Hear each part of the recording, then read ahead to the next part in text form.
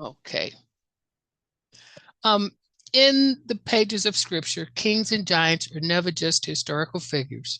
They are mirror images of our own spiritual battles.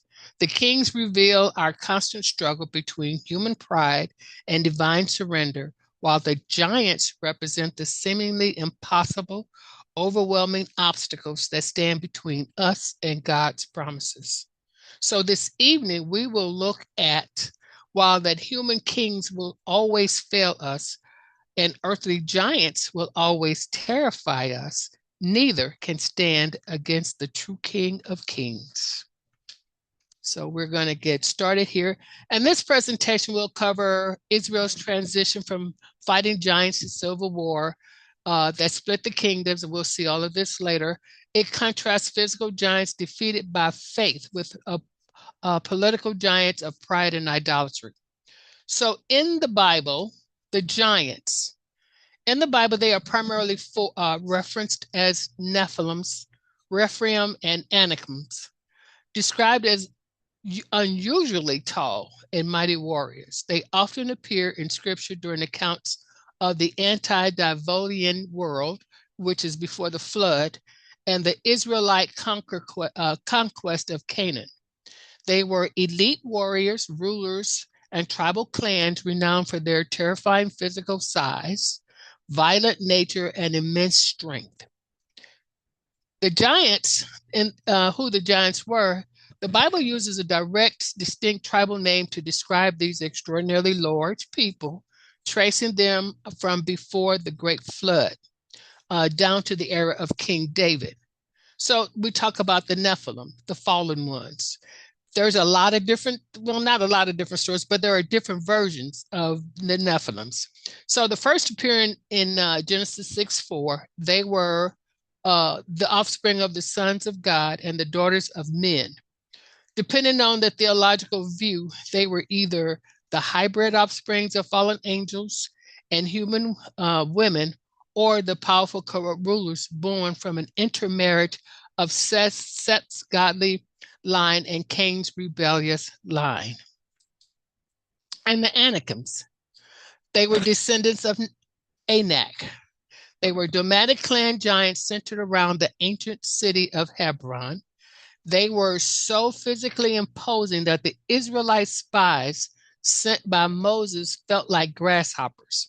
And we have talked about this, I guess, a few months ago. We talked about the grasshoppers, the people feeling like grasshoppers next to them in Numbers 13:13. The spies reported, when we're talking about the spies, Moses sent 12 spies into the promised land. 10 of them returned terrified, claiming that the Anakims were descendants of the Nephilims, the mysterious giants that's in Genesis 6. This fearful report caused the Israelites to rebel against God. The Rephaims, the terrible ones, they're called the terrible ones. It's a broad collection of giant clans living east of the Jordan River, such as Bashan and Moab. The term Anakim, Eminim, and Zumism, I'm sorry that my phone was ringing, were regional names used by different nations to describe various branches of the Rephaims. The term Rephaim usually translates to terrible one or mighty one, and the people were generally regarded as a group of formidable warriors or rulers. The most famous and the last of the Rephaims was Og, the king of Bashan. He was described as he was described in the book of Deuteronomy as the last of his immediate remnant, and his legendary iron bedstead was reportedly 9 cubits long. The Philistine giants, we all know about the Philistine giants, a remnant of the ancient giant bloodlines that survived the Israelite conquest and integrated into Philistine society. This group included Goliath and his fierce warrior brothers. So, what the giants did, the biblical narrative portrays giants not just as passive anomalies, but as an active agent of chaos, warfare, and pagan oppression. They filled the earth with extreme violence. In the pre-flood era, the Nephilim used their superior strength to become tyrannical rulers. And Genesis 6 describes them as mighty men who were of old, the men of renown. Rather than being heroes, they used their power to exploit others, filling the earth with a level of violence and corruption so severe that it ultimately triggered a global judgment of the flood. So the men of renown in Genesis 6:4 refers to an ancient warrior, tyrants, or legendary figures, literally meaning men of the name. They were the celebrated celebrities of the ancient world, driven by power and pride, whose massive corruption ultimately triggered God's judgment in the flood. They acted as territorial guardians and warlords. During the Exodus and the conquest of Canaan, giants functioned as the ultimate military defense for pagan nations. They occupied fortified walled cities like Hebron and Bashan, and acted as psychological deterrents to keep the Israelites from claiming the promised land. Their presence caused an entire generation of Israelites to rebel out of fear. They also fought as elite shock groups. Giants served as the champion and vanguard of enemy armies. In ancient warfare, a champion would step forward to challenge the enemy's best warrior to single combat, settling the battle without full-scale slaughter. So also, they ruled as pagan kings. Some giants held massive political and spiritual power, like King Og of Bashan was the last monarch of the Rephaim. He ruled over a kingdom of 60 fortified cities and was famous for his iron bed, measuring 13.5 feet long and 6 feet wide, and that was in Deuteronomy 3:11. His defeat was considered one of Israel's greatest military milestones. So their ultimate fate? The Bible records a systemic campaign to eliminate the giants, viewing them as a corruption of humanity and a direct enemies of God's people. The flood wiped out the initial wave of the Nephilim. Moses and Joshua destroyed the kingdoms east of the Jordan and wiped out the Anakim from the hill country of Canaan. David and his mighty men finished the job, killing the last remaining remnants of the giants in Gath during the early years of Kingdom of Israel. So this is a picture of a walled city that they occupied. And I thought I'd just put that up there so you can kind of get an idea if you didn't know. This is one of the many different versions of a walled city. You see all of the rocks that they have put up there and put these high walls up to keep them safe. And what they did, and remember, Goliath did this for 40 days. Remember, he was terrorizing the army of King Saul by demanding a challenger while wearing 125-pound of bronze armor and carrying a spear with a 15-pound iron tip. And this guy, Ishbi-Benob, another Philistine giant, nearly killed an aging King David in a battle with his massive 300 shekel bronze spear before David's generals intervened. Now, what you see over here on the right side is what it could have looked like, a 300 shekel bronze spear. It weighed roughly 7.5 pounds, so that was pretty heavy. So while no other photographs really exist of that specific historic object, it could have looked something like this. So this is going to be probably about 11-minute video that's going to explain the giants.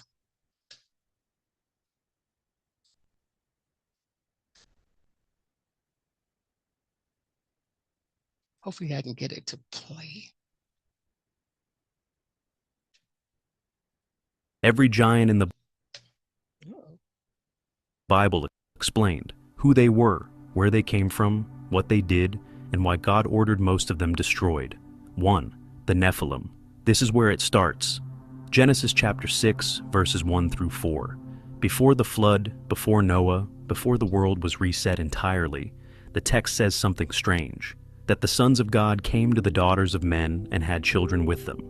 And from those unions came the Nephilim. The word itself means something close to fallen ones, or those who cause others to fall. Translators have disagreed for centuries on exactly who the sons of God were.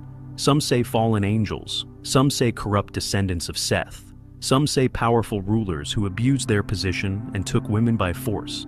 The text does not settle the debate directly, but what it does say is this: the Nephilim were on the earth in those days, and also afterward.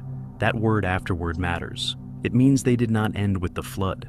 What the Nephilim were precisely is harder to pin down than what they represented. They are called mighty men, men of renown. The implication is size, strength, and domination.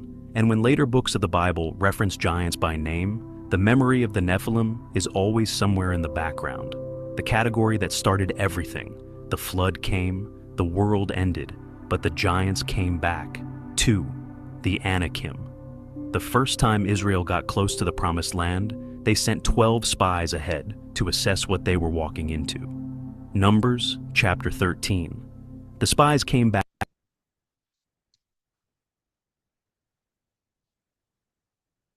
40 days later with grapes, figs, and pomegranates, proof the land was everything God had said it was. And then they said something that stopped the entire nation. We saw the Nephilim there. The Anakim come from the Nephilim. And we looked like grasshoppers in our own eyes, and so we looked to them. The Anakim were a people of extraordinary size who had occupied the hill country of Canaan for generations. Their name may derive from Anak, a man, whose father was Arba, and Arba was described as the greatest among the Anakim. They were not mythological. They had names, genealogies, cities, and territory. The spy report caused a crisis. The people wept through the night, demanded to go back to Egypt, and nearly stoned Moses. 2 spies, Joshua and Caleb, said the land could still be taken. God said the same. Nobody listened. The result was 40 years in the wilderness. An entire generation died without entering the land they had been promised because they believed the giants were bigger than the God who sent them. That is the weight of that report, not just fear. 40 years. 3. Og, king of Bashan. Og was the last of the Rephaim. That is how the Bible describes him in Deuteronomy chapter 3. The Rephaim were another ancient race associated with unusual size and were spread across multiple regions of Canaan and its surrounding territories. By the time Israel crossed into the Transjordan, most of them were already gone. Og was what remained. He ruled 60 cities. His kingdom was called Bashan, a fertile highland region east of the Jordan River. The text gives one detail that says more than any description could. His bed was made of iron and measured 9 cubits long and 4 cubits wide. That is roughly 13 feet by 6 feet.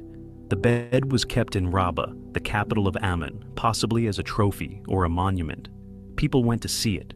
Israel fought him at Edrei. Numbers chapter 21 records the battle.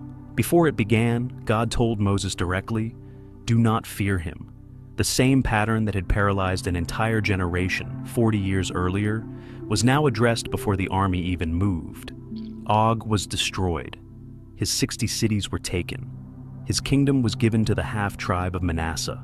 The last of the Rephaim fell in a battle the Bible treats as almost decisive before it starts. The giant who needed an iron bed because nothing else could hold him left nothing behind except a reference in Psalms as an example of what God had overcome. 4. The sons of Anak and the conquest. When Joshua finally led Israel into Canaan, the Anakim were still there, still in the hills, still in the cities they had held for generations: Hebron, Debir, and Nab. The same places the spies had seen 40 years earlier. Joshua chapter 11 records what happened. Joshua came and cut off the Anakim from the hills, from Hebron, from Debir, from Anab, from all the hill country of Judah, and from all the hill country of Israel. He devoted them to destruction with their cities. None of the Anakim were left in the land of Israel. Only in Gaza, Gath, and Ashdod did some remain. Read that last part again. They were driven out, not eliminated entirely. A remnant survived in 3 Philistine cities: Gaza, Gath, Ashdod, that detail does not appear in the text by accident, because the giant who would later become the most famous name in this entire list came from Gath. The seed was planted in the conquest itself. What Israel did not fully finish in Joshua's day, a shepherd boy would face alone centuries later. If you want to understand why there was still a giant standing in Gath by the time David arrived, this is your answer. The conquest left a remnant. The remnant raised a generation. And that generation produced Goliath.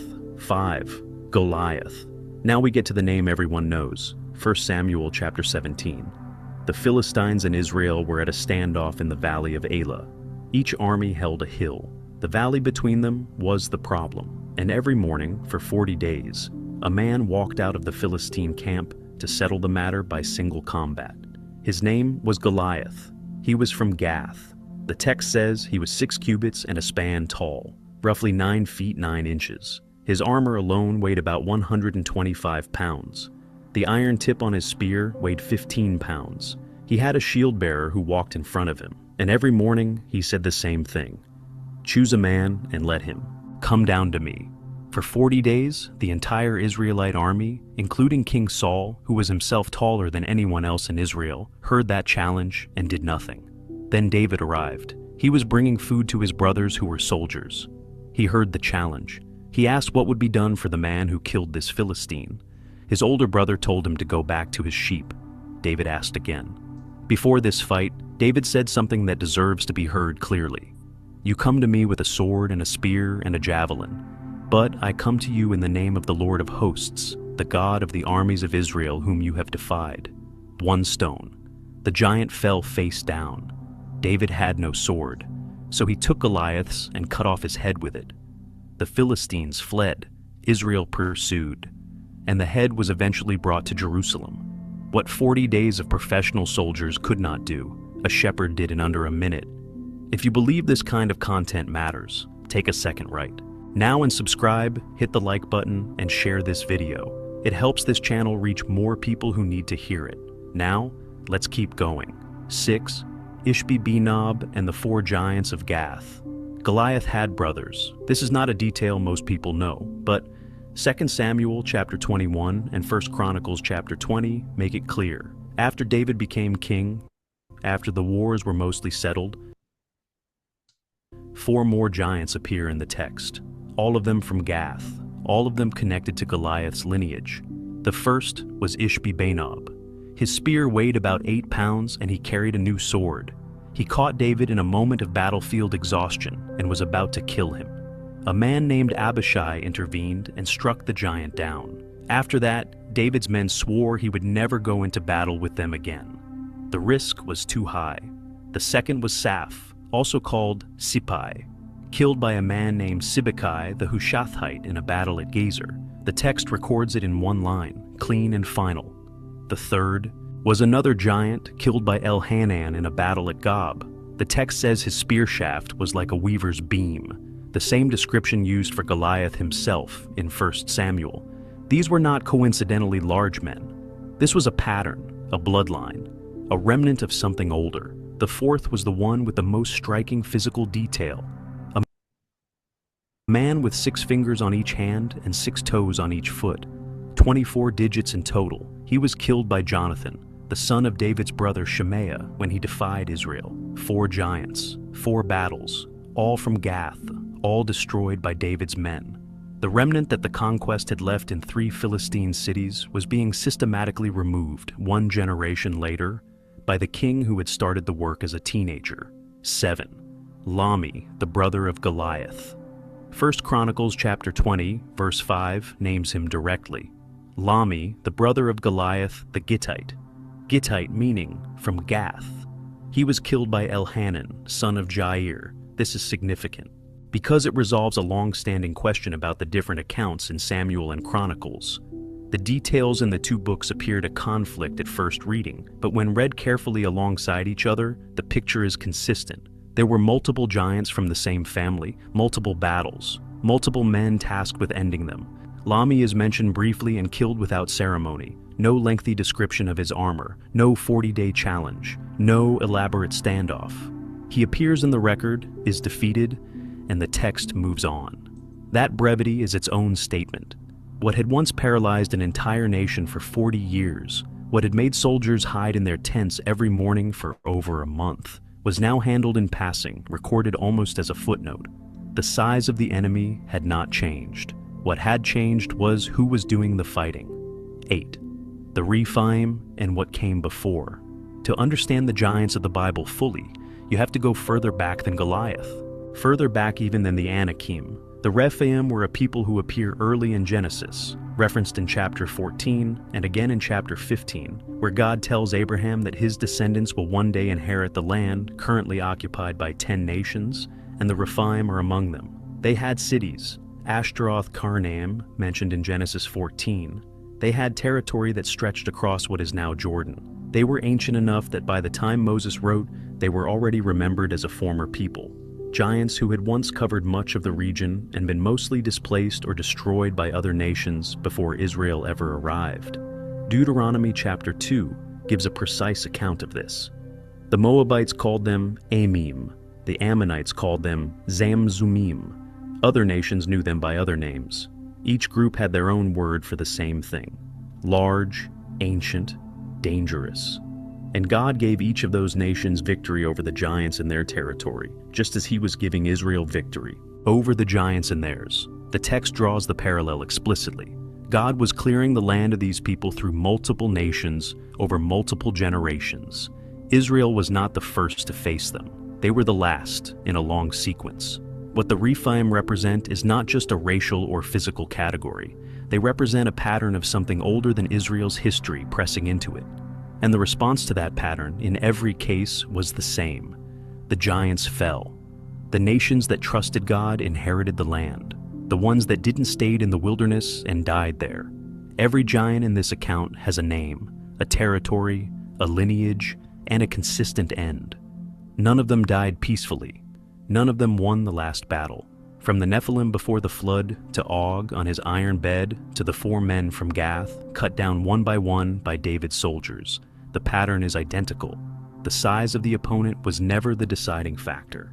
What decided every one of these confrontations was whether the people standing against the giant believed what God had already said about the outcome. The spies who saw the Anakim and called themselves grasshoppers were not wrong about the size of what they were facing. They were wrong about who was standing behind them. That is what makes this heavier than just a list of battles. These are not stories about strong men defeating large ones. They are records of what happens when faith is present and what it costs when it isn't. If this opens something for you today, share it with someone who needs to see it. Leave a... Okay. So how many knew that Goliath had brothers? Did anybody know that? That was an interesting something that I found during this. Yeah, that was an interesting fact. Yeah, I didn't know that either. Mm-hmm. Yes. Okay, did you have any questions or comments about what we just saw?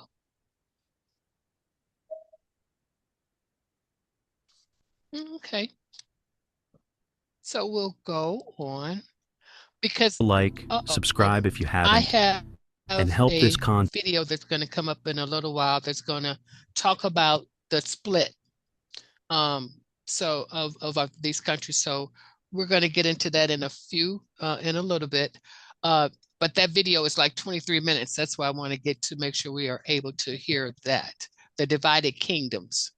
And before kings of Israel was ruled by judges, Israel had judges during its early history because the nations had no centralized king and was governed as a loose confederation of tribes.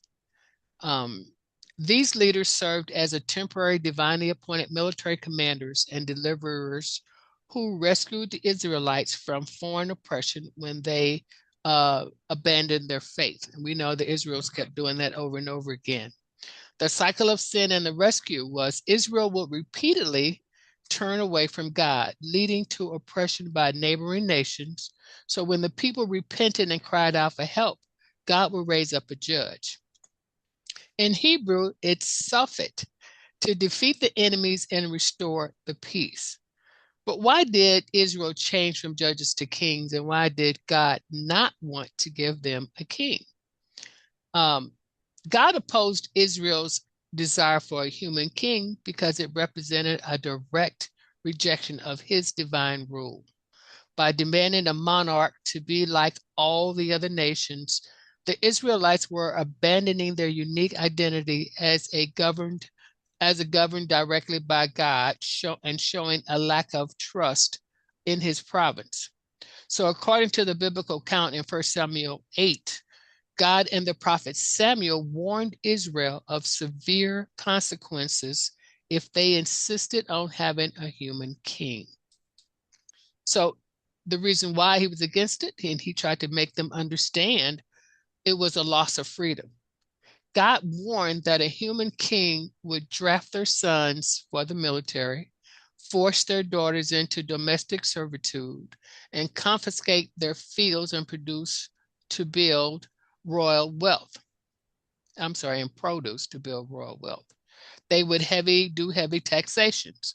The king would require a tithe of their grain, their flocks, and servants, essentially making the Israelites subject to or slaves to the monarchy rather than to God. The consequences of their worldly desires. So by looking into neighboring nations for their security, Israel sought political and military strength over spiritual reliance. They believed that having a human being would protect them more than God, and they were wrong. So ultimately, God allowed them to have what they requested with disastrous consequences. And this kind of goes back to us. So when we put other things in place of God, we get punished. God punishes us because we're relying on everything else other than God. And that is the one true person we should always rely on, no matter what situation we're in.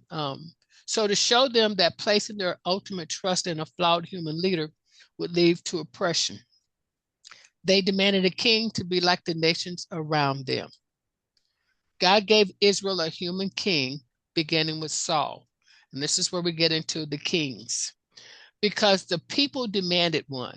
They wanted to be like all the nations and have a visible leader to fight their battles, which effectively rejected God as their direct sovereign. So despite warning them that an earthly king would oppress them and take their freedoms, God granted their request. He did this to allow them the freedom to experience the consequences of their choice and to use the earthly monarchy to establish a lineage of David, which ultimately paved the way for the Messiah, Jesus. So why asking for a king was wrong? The Lord was to be the ruler of Israel, not the kings, not anybody else. God led the people through Moses and Aaron, and then through priests and judges raised up to govern the people. In Samuel's time, the people began to worry about who the next leader would be. So since Samuel's son did not follow the Lord, their request for a king was a rejection of God's way of leadership over them.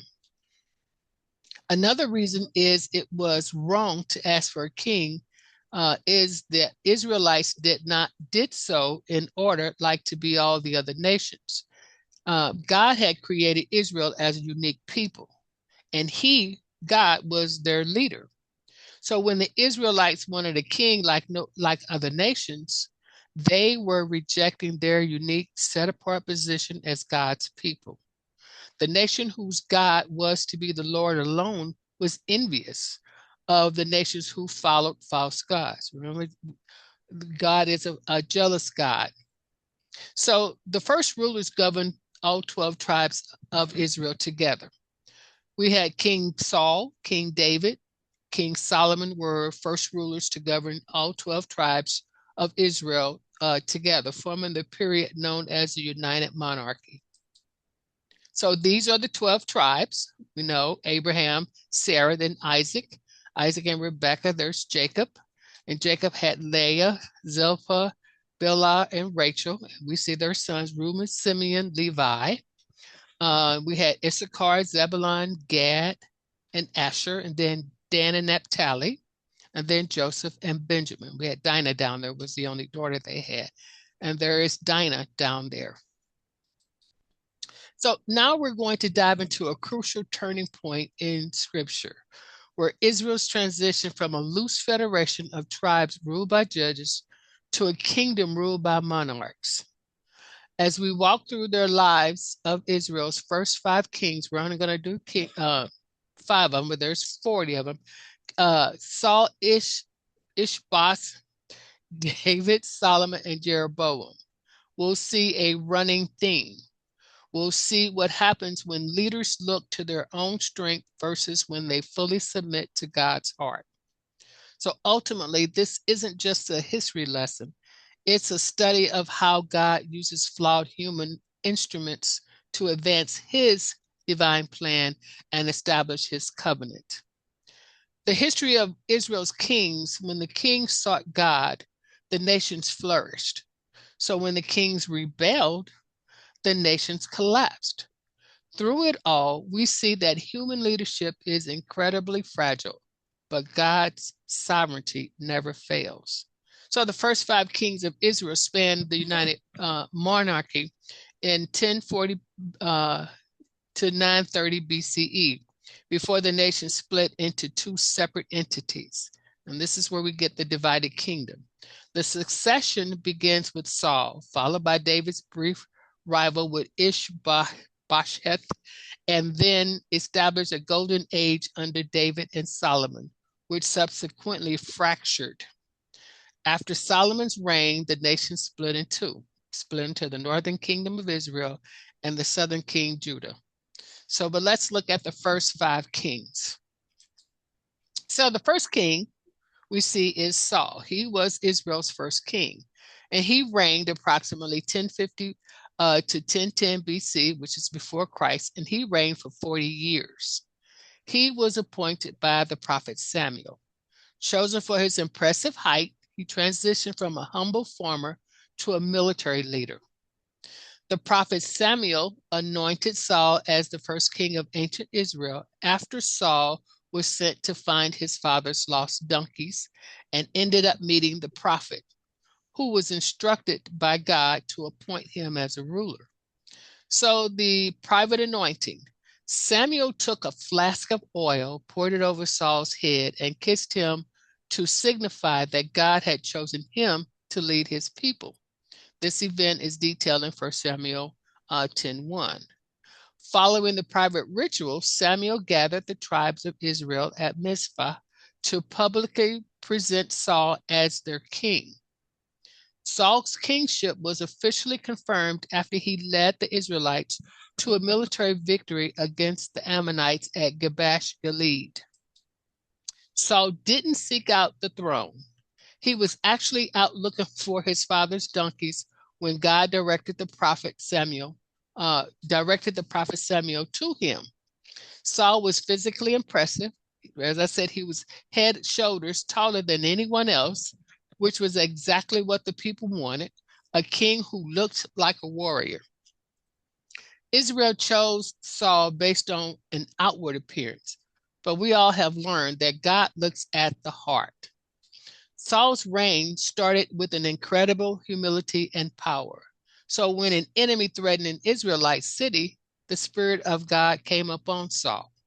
He united the scattered tribes, he won a massive victory, and proved he could protect the nation. At this point, everyone loved him. God gives us the gift and the backing we need when we rely on his Spirit. This comes, okay,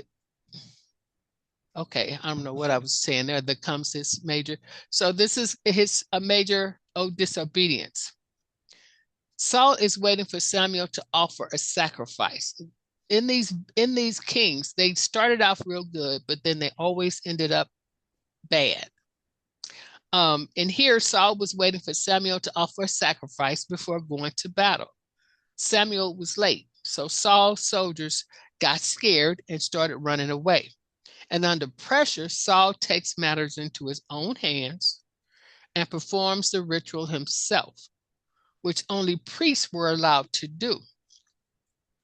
For fear of people often drive us to compromise our obedience to God. So his final rejection by God When God told Saul to destroy the corrupt Amalekites completely, Saul kept the best livestock and enemy king.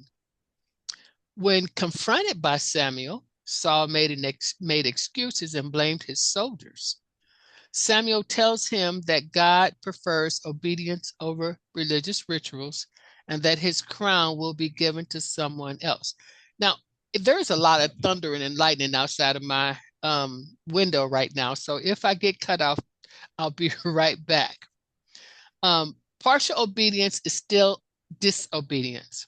God wants our surrender, not our excuses.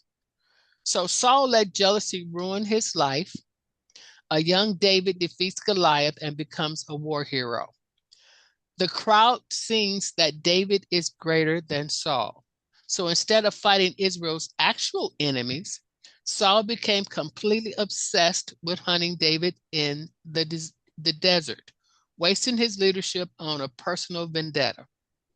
Saul's end is a tragedy. Total abandonment by God because of his own rebellion.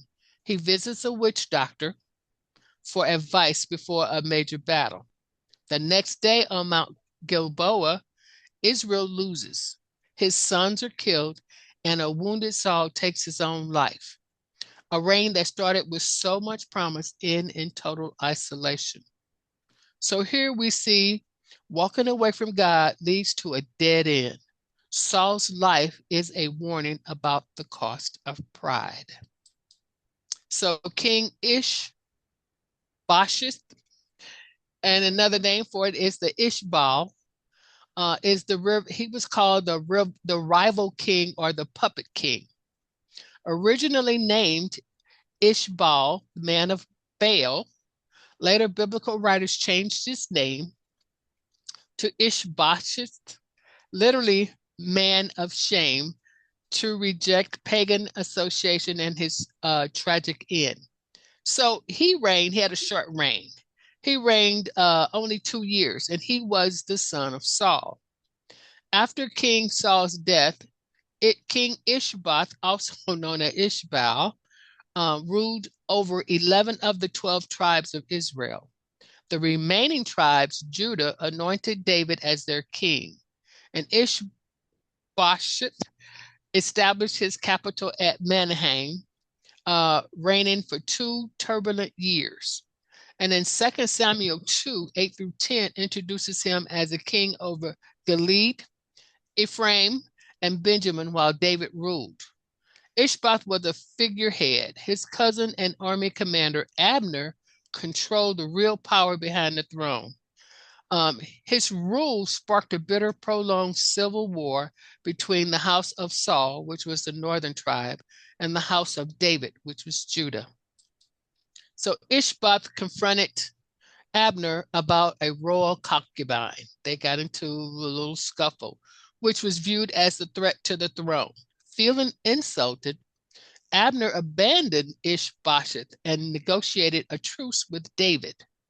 So his primary supporter and military muscle gone, Ishbosheth's kingdom quickly lost courage and its stability. Then 2 of Ishbosheth's own captains, Bana and Rechab, murdered him in his bed during his noontime rest. The assassination brought his severed head to David in Hebron, wrongly expecting to be rewarded for eliminating David's rival, or so they thought. And David responds. So rather than rejoicing, David was angered by their wicked, treacherous actions. David had the assassins executed for the murder of an innocent man. David showed respect for the anointed king by burying Ishbosheth's head in Abner's tomb in Hebron. So despite the political alliance that favored Ishbosheth, God's promise to David ultimately prevailed, unifying the kingdom divided. So Ishbosheth's story serves as a cautionary tale of the instability and relying on human strength rather than divine purpose. So we go to King David. He was a man after God's own heart, and he reigned for 40 years, 1010 to 970 BC. King David is one of the most significant figures in the Bible, serving as a shepherd poet, a warrior of Israel, greatest king. He is famously called a man after God's own heart. His life provides a profound lesson on faith, leadership, the consequences of sin, and God's unconditional love. He was born in Bethlehem, the youngest son of Jesse. He worked as a shepherd, where he learned to depend on God while protecting his flock from the lions and bears. The prophet Samuel, guided by God, anointed young David as the future king. God reminded Samuel that he looks at the heart, not an outward appearance. Because remember, David was supposed to be a smaller person. He wasn't a big man at all. So defeating Goliath, David's famous triumph over the Philistine giant showed his absolute trust in God. And remember, he had just a sling and some stones that he was going to use to fight Goliath. He didn't have any issues because he knew God was there and he trusted God for that battle. So David became a hero in King Saul's army and developed a deep friendship with Saul's son, Jonathan. As David's popularity grew, Saul grew intensely jealous and tried to kill him. David spent years as a fugitive, trusting God to protect him. Following Saul's death in battle, David was first anointed king of Judah and eventually king over all the 12 tribes of Israel. He captured the fortress of Jerusalem, making it the political and spiritual capital of Israel. And he brought the Ark of the Covenant there to the center the nation's worship. Because of David's desire to build a temple for God, God made an unconditional covenant with him, promising that an eternal king and Messiah would come from his lineage. But David's reign was marked by severe failures, primarily his adultery with Bathsheba and the premeditated murder of her husband Uriah. When confronted by the prophet Nathan, David confessed his sins. Although he faced difficult consequences, God forgave him. Despite his sins, such as that affair with Bathsheba, he is regarded as Israel's greatest king, and he is a direct ancestor of Jesus. So his later years were marked by severe turmoil, family turmoil, and rebellion, including his son Absalom's revolt, but his bloodline remained established on the throne. So now we come to King Solomon. He was the king of wisdoms, the son of David and Bathsheba, and he reigned 40 years, from 970 to 930. Solomon was known for asking God for wisdom rather than wealth or power. But he built the magnificent temple first, fulfilling a desire his father David had.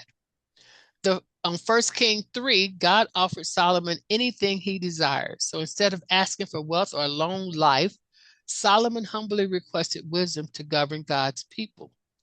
His famous judgment involving two women claiming the same baby perfectly demonstrated the divine discernment he was given to administer justice.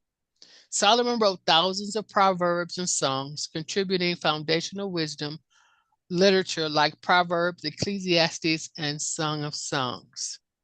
His achievements: Solomon oversaw the massive 7-year construction of the temple in Jerusalem, which we're going to see for a few minutes. And the kingdom flourished economically, and Solomon's fame spread globally, attracting leaders like the Queen of Sheba. Solomon also established a strategic trade route and alliance with surrounding nations, bringing unprecedented silver and gold into Jerusalem. But his downfall and spiritual compromise, he took 700 wives and 300 concubines, many from foreign nations, and this directly violated the Old Testament law. So those foreign wives eventually turned his heart away from God, leading him to build altars and burn incense to false pagan gods like Moloch and Chemosh. And the consequences? Because of his disobedience, God decreed the kingdom would be torn away from Solomon's descendants after his death, leading to the division of Israel. So I'm looking at the time. So Solomon compromised his devotion to God by marrying the many foreign wives who introduced idolatry into his life. His political alliance and heavy taxation eventually sowed the seeds for the nation's downfall. So let's go into this one. So this is the temple that he built, that his father had wanted to build. And I think it's 4 minutes. So we're going to look at a little bit of it, maybe half of it, and see what this temple looked like. In 1 Kings chapter 6, the long-awaited moment finally arrives. After generations of anticipation, King Solomon begins the construction of the temple for the Lord in Jerusalem. It was the 4th year of Solomon's reign in the month of Ziv. This moment came 480 years after the Israelites left Egypt, connecting the temple directly to the story of the Exodus and God's covenant with his people. Solomon chose Mount Moriah in Jerusalem as the site, the same city his father David had established as the spiritual and political center of Israel. The structure was designed with great care. It measured 60 cubits long, 20 cubits wide, and 30 cubits high, forming a tall and majestic building that would stand as the dwelling place of God among his people. At the front stood a portico, an entrance hall that extended across the width of the building. Windows with narrow frames were placed along the walls to allow light inside. Around the outside walls, Solomon built side chambers arranged in 3 levels. These rooms served as storage and for temple service. Each level was designed so beams rested on ledges without cutting into the sacred structure. One remarkable detail was the quietness of the building process. Stones were cut and prepared at the quarry, far away from the site. Because of this, no hammer, chisel, or iron tool was heard in the temple while it was being built. The construction site remained peaceful and reverent, reflecting the sacred nature of the project. The interior was covered with cedar wood from Lebanon, the same timber Solomon arranged to receive from King Hiram of Tyre. Cedar boards lined the walls from floor to ceiling, and the floor itself was made of cypress wood. The cedar walls were carved with beautiful designs of gourds, flowers, and open blossoms, creating a richly decorated interior. At the far end, Solomon constructed the inner sanctuary, also called the Most Holy Place.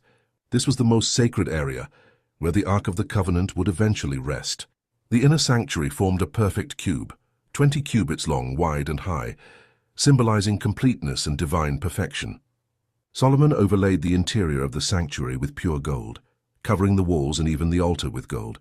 Inside this sacred room, 2 enormous cherubim made of olive wood were placed. Each cherub stood 10 cubits high, with wings stretching outward. One wing of each cherub touched the wall, while the other wings met in the center of the room. These majestic figures symbolized the heavenly presence surrounding the throne of God. Much of the temple's interior was overlaid with gold. Chains of gold marked the entrance to the most holy place. Elaborate carvings decorated the walls throughout the temple. Images of cherubim, palm trees, and flowers covered the panels, all of them layered with gold, creating a space that shimmered with beauty and reverence. The temple also included an inner courtyard, enclosed by rows of carefully cut stones and cedar beams. This courtyard would serve as a sacred space for priests and temple service. As construction continued, the word of the Lord came to Solomon with an important reminder. God told him that the temple itself, though magnificent, was not the ultimate condition for his presence. Okay, so we're going to go on that. That was the temple that his father had really originally wanted to build. So then the last one is King Rehoboam, who was the king who divided the nation.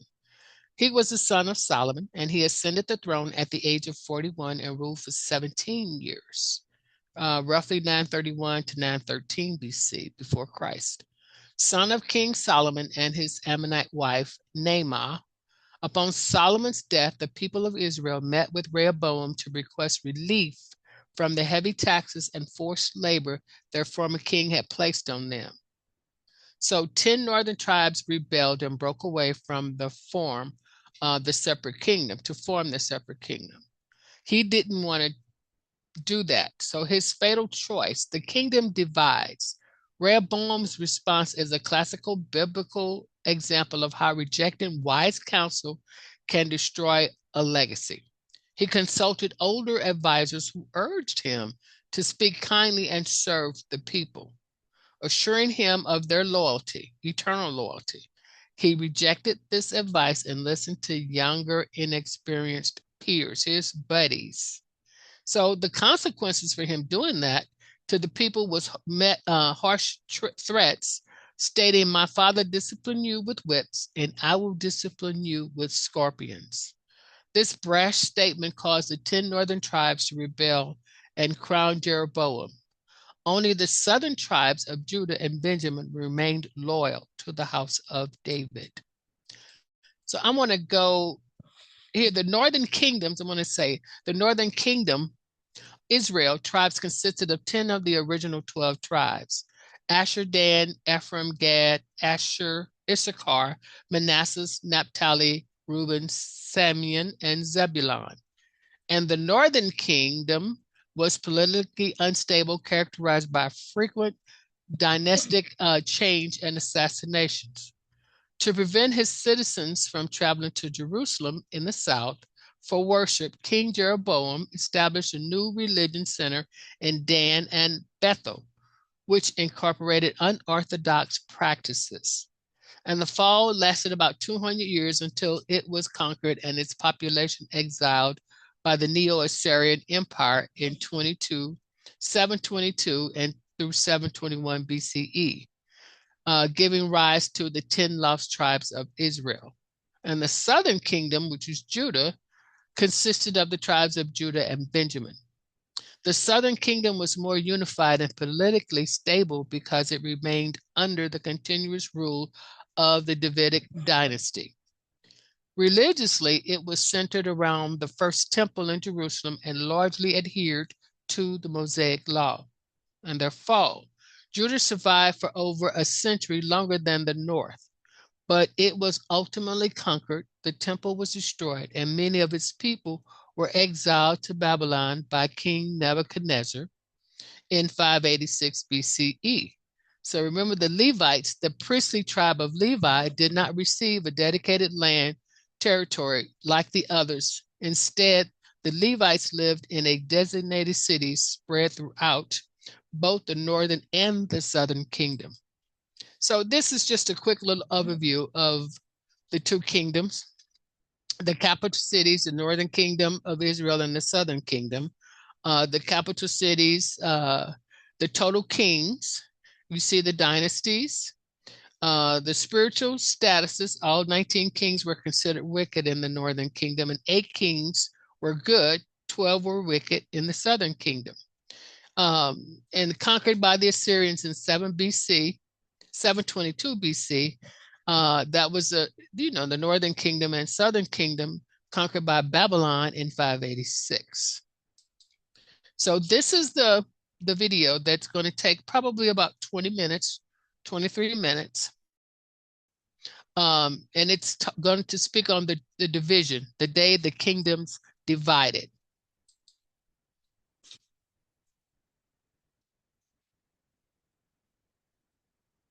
He was our first ever progressive prosecutor. Wesley Bell. He helped over 2,000 nonviolent offenders avoid prison through criminal. Have you ever stopped to think about the day when a people who walked together, chosen by God, ended up dividing and becoming enemies of themselves? That's exactly what happened with the ancient kingdom of Israel, a people who once lived united, strong and blessed, ruled by kings like David and Solomon, ended up in conflict and separated. This separation was not small. What was once a single kingdom became two, the northern kingdom, which kept the name Israel, and the southern kingdom called Judah. But how did something so solid and blessed by God come to this point? Why did God allow this division? I think it's the storm that's happening outside. And what did this rupture cause in the spiritual life of the people? In this video, you'll understand how one wrong choice, the pride of a king and the fight for power, were able to change the entire course of a nation. The division of the kingdom of Israel is not just an ancient story. It is a warning about how our decisions, when we do not listen to God's voice, can bring harsh consequences. Before this division happened, there was only one people, one throne, one king. And the one who sat on that throne was Solomon, son of the famous King David. At first, Solomon was very close to God. When the Lord gave him the chance to ask for anything, he didn't ask for riches or fame or victories. He asked for wisdom to govern his people well. And God was so pleased with this that he gave him wisdom in abundance. He was our first ever progressive prosecutor. Wesley Bell. He helped over 2,000 nonviolent offenders avoid.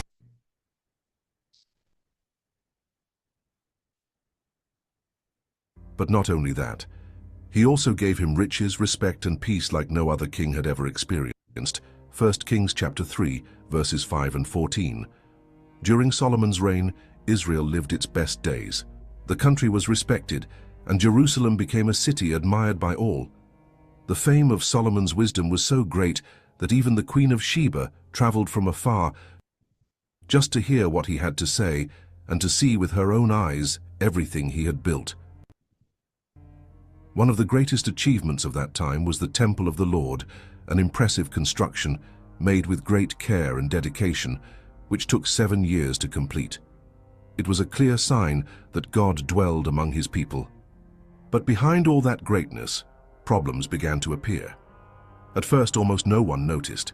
They were like small cracks in a solid wall, discreet, but showing that something was wearing down from the inside. As time went by, Solomon began to drift away from God's will.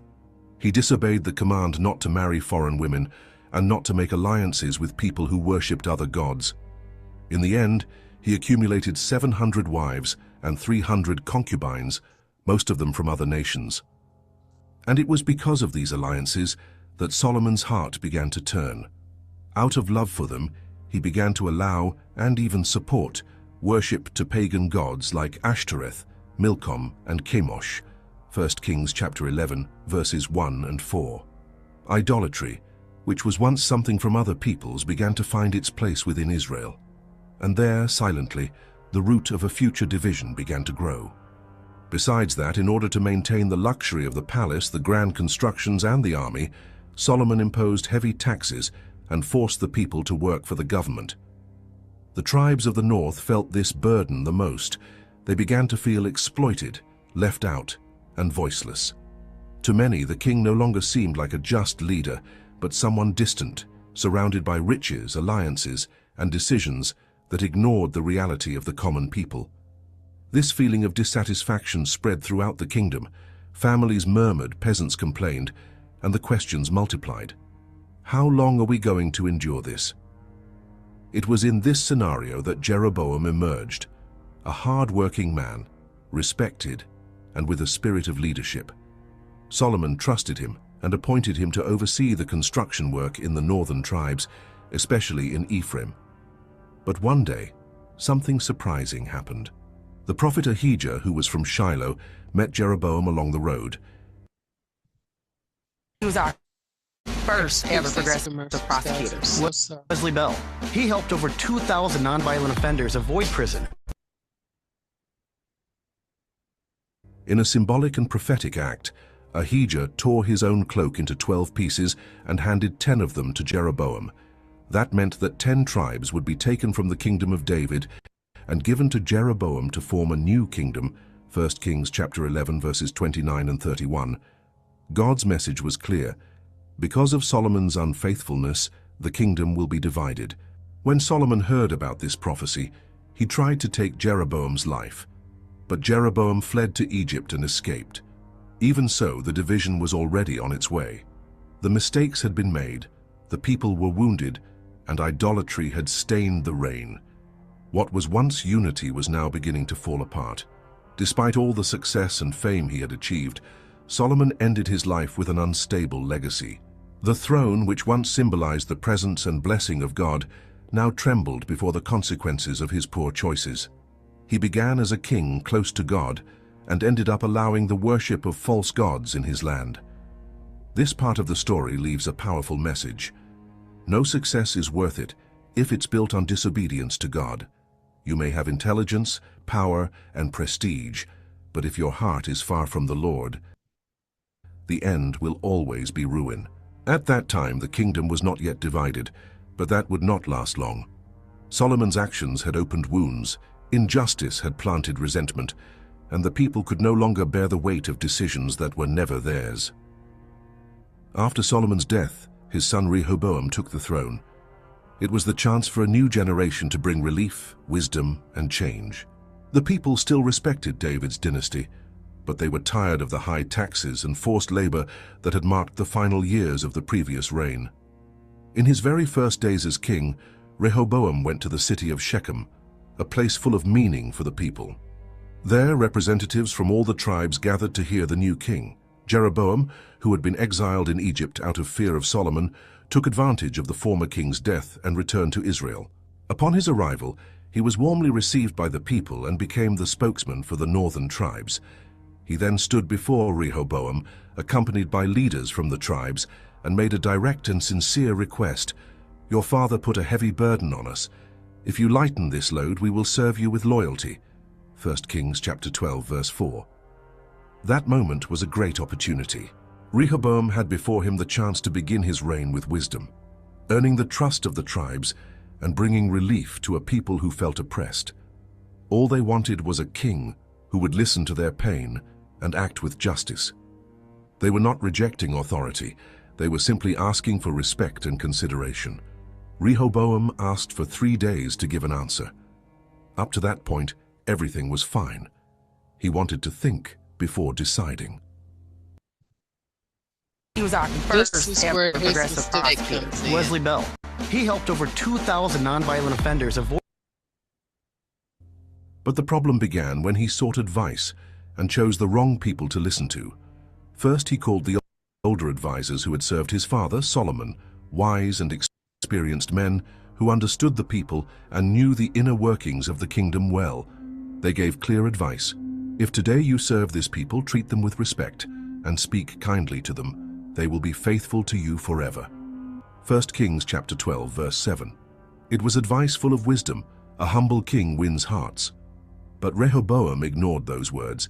Instead, he went to consult the young men of the court, his childhood friends, inexperienced guys, but full of pride and thirst for power. And what did they suggest? Tell the people, "My little finger is thicker than my father's waist. If he used whips, I will use scorpions." 1 Kings chapter 12, verses 10 and 11. It was an arrogant suggestion that only widened the gap between the king and the people. Instead of seeking peace, they wanted to impose fear. On the third day, with all the tribes gathered and waiting for a word of relief, Rehoboam stood before them and gave his answer. "My father made your yoke heavy, but I will make it even heavier." 1 Kings chapter 12, verse 14. It was like throwing a bucket of cold water on the people's hope. They felt scorned and betrayed. That was the last straw. Instead of uniting the kingdom, Rehoboam lit the spark of division. The people's response came immediately, clear and painful. "What share do we have in David? We have no inheritance in the son of Jesse. To your tents, O Israel." 1 Kings chapter 12, verse 16.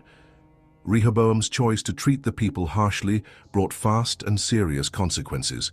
His harsh words were like a knife that cut the people in two. Before, they had all been one nation, with one king, one government, and one temple in Jerusalem. But after that decision, everything changed. The people split into two kingdoms, with different leaders and separate paths. The 10 northern tribes, tired of oppression and hurt by the new king's contempt, decided to follow a different path. They united around Jeroboam, the same man who, years earlier, had received from God, through the prophet Ahijah, the promise that he would govern 10 tribes as a consequence of Solomon's mistakes. Thus was born the Northern Kingdom, which came to be called simply Israel, a name that once represented all the people of God, but now referred only to the northern part of the territory. At first, the capital was in Shechem. Then it moved to Tirzah, and later it was established in Samaria, a city that would become the center of the kingdom until its destruction centuries later. Meanwhile, 2 tribes remained faithful to the dynasty of David, Judah and Benjamin. They formed the southern kingdom known as Judah. Jerusalem remained the capital, and there stood the temple built by Solomon. the place where the people still gathered to worship the Lord. The loyalty of these tribes to the throne of David was not just a matter of political tradition. It was also a matter of faith, because God had made a promise to King David that his descendants would never fail to have someone reigning in Israel. 2 Samuel chapter 7, verses 12 and 16. This promise kept alive the hope that, even in difficult times, God's plan would move forward. The division was done. On one side was the northern kingdom, with more land, more tribes, and a larger population.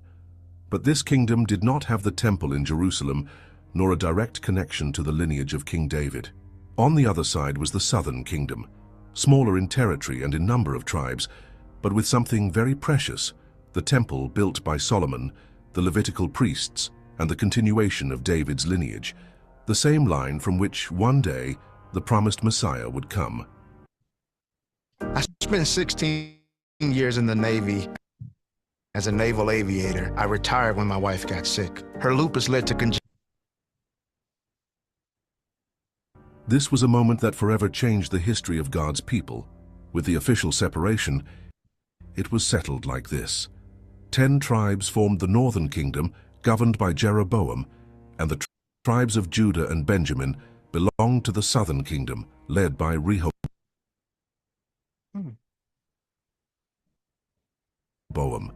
But the real conflict that began there was not only about who would rule which part of the map. It was a battle of faith, of worship, of obedience to God. Jeroboam, now king of the north, soon realized a problem. The people still needed to go to Jerusalem, which was now in enemy territory, to worship God as the law commanded. He became afraid that, by going there, the people would reconcile with Rehoboam and return to following the house of David. Fearing he would lose his power, Jeroboam made a decision that would negatively shape the spiritual course of his people. He ordered the making of 2 golden calves and placed one in Bethel, in the southern part of his kingdom, and the other in Dan, in the far north. And when he presented these idols to the people, he said, "Here are your gods, O Israel, who brought you up out of Egypt." 1 Kings chapter 12, verse 28. It was like repeating an old mistake. Back in the desert, when the people grew impatient waiting for Moses, Aaron made a golden calf so they could have a visible God.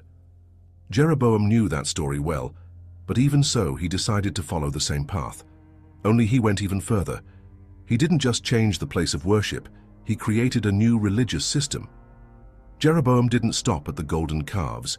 He built his own altars, chose priests who were not from the tribe of Levi, which went directly against God's command, and even invented new religious festivals, different from the dates prescribed by the law of Moses. He took the people's faith and turned it into a tool to maintain his power. Because of this, the entire northern kingdom was led into idolatry. From that point on, Israel never rose again spiritually. All the kings who came after Jeroboam followed his example, and some even made it worse.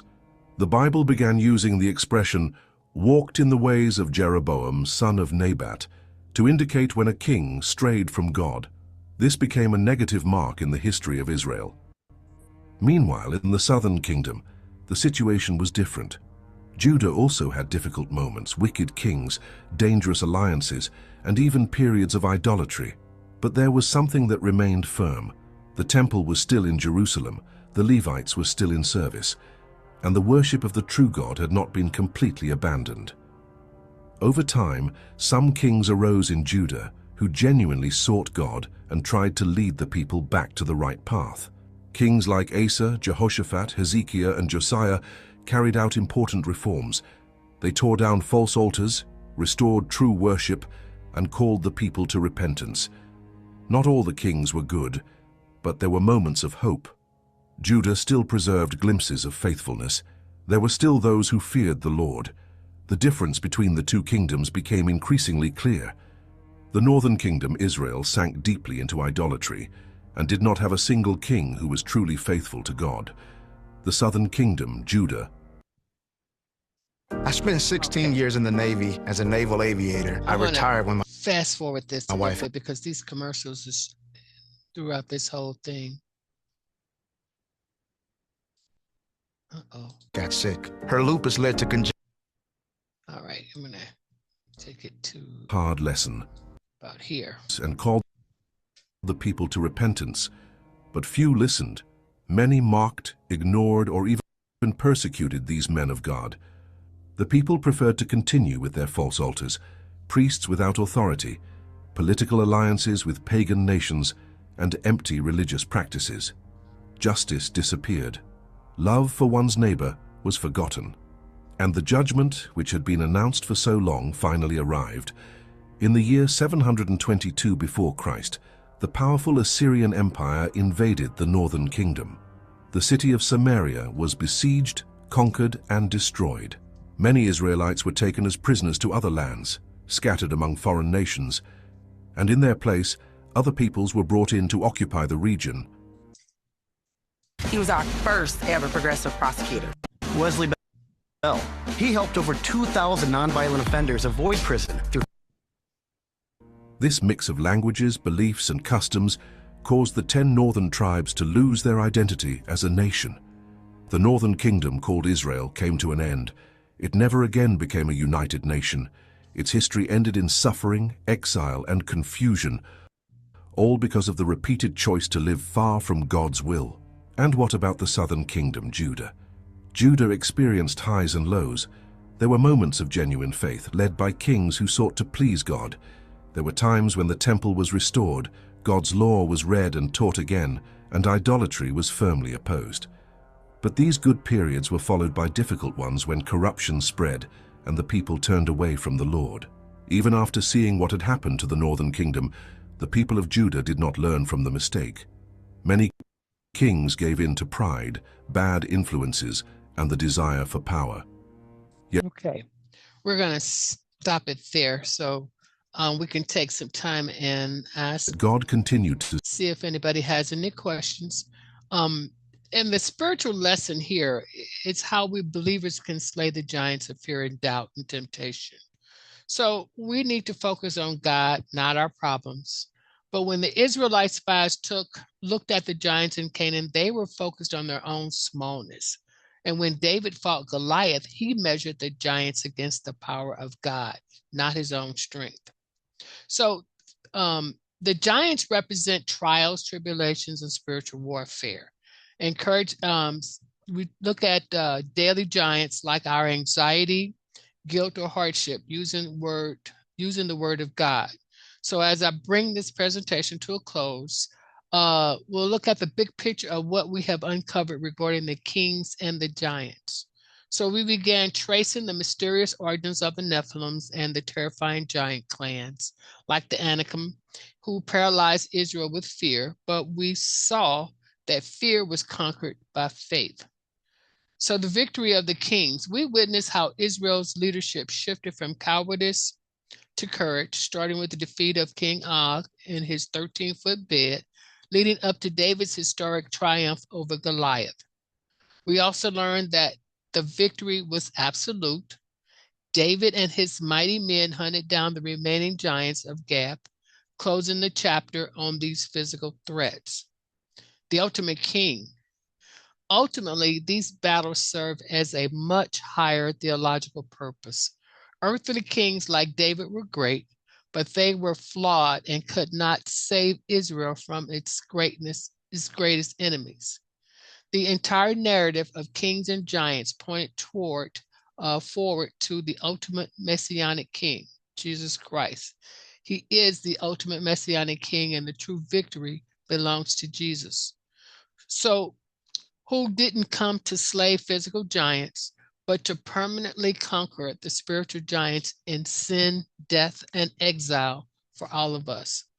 So remember, the giants in our lives don't stand in our way to defeat us, but to prove that the God within us is infinitely greater than any threats before us. And that is the end of my presentation. Does anybody have any questions or comments?